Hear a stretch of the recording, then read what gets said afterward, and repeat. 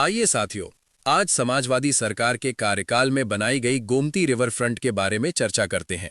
इस परियोजना का उद्घाटन नवंबर 2016 में तत्कालीन मुख्यमंत्री अखिलेश यादव ने किया था।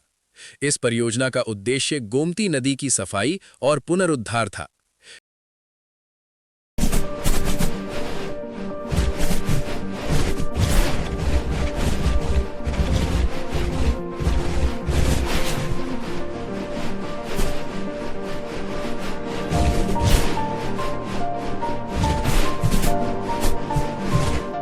ये गुजरात के साबरमती रिवर फ्रंट से प्रेरित है, लेकिन विशेषज्ञों का दावा है कि ये उससे भी बेहतर है, क्योंकि इसमें नदी की सफाई, सौंदर्यीकरण और हरियाली पर ज्यादा फोकस है। गोमती रिवर फ्रंट का कुल लागत लगभग 1500 करोड़ रुपए थी, जो उत्तर प्रदेश में उसे समय की सबसे बड़ी नदी विकास परियोजनाओं में से एक थी। ये 2 किलोमीटर लंबे क्षेत्र में फैला है, जिसमें नदी के दोनों किनारों पर डायाफ्राम वॉल बनाई गई, ताकि पानी का बहाव नियंत्रित रहे और बाढ़ से सुरक्षा मिले। रिवर फ्रंट में पार्क, जॉगिंग ट्रैक, साइकिल पथ, एम्पी थिएटर, फाउंटेन और हरियाली शामिल है। जनता के अनुसार इसको शहर का ग्रीन लंग्स कहा जाता है, क्योंकि इससे लखनऊ की हवा और पर्यावरण में सुधार आई। गोमती नदी, जो उत्तर प्रदेश की राजधानी लखनऊ की जीवन रेखा है, लंबे समय से गंभीर प्रदूषण की समस्या से जूझ रही थी। ये गंगा नदी की प्रमुख सहायक नदी है।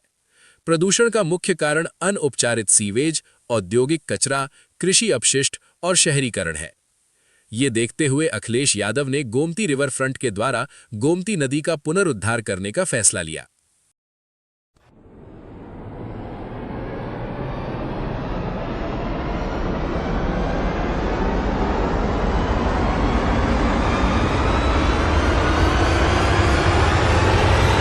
उस समय के समाजवादी सरकार ने लखनऊ में सीवेज ट्रीटमेंट की क्षमता बढ़ाने के लिए एसटीपी स्थापित करने की योजना बनाई, जो नदी में अनउपचारित सीवेज को कम करने में मदद की।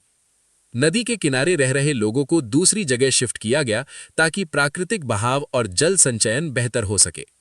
रिवर फ्रंट में पार्क और हरा क्षेत्र विकसित किए गए, जिससे प्रदूषण को कम करने में मदद मिले।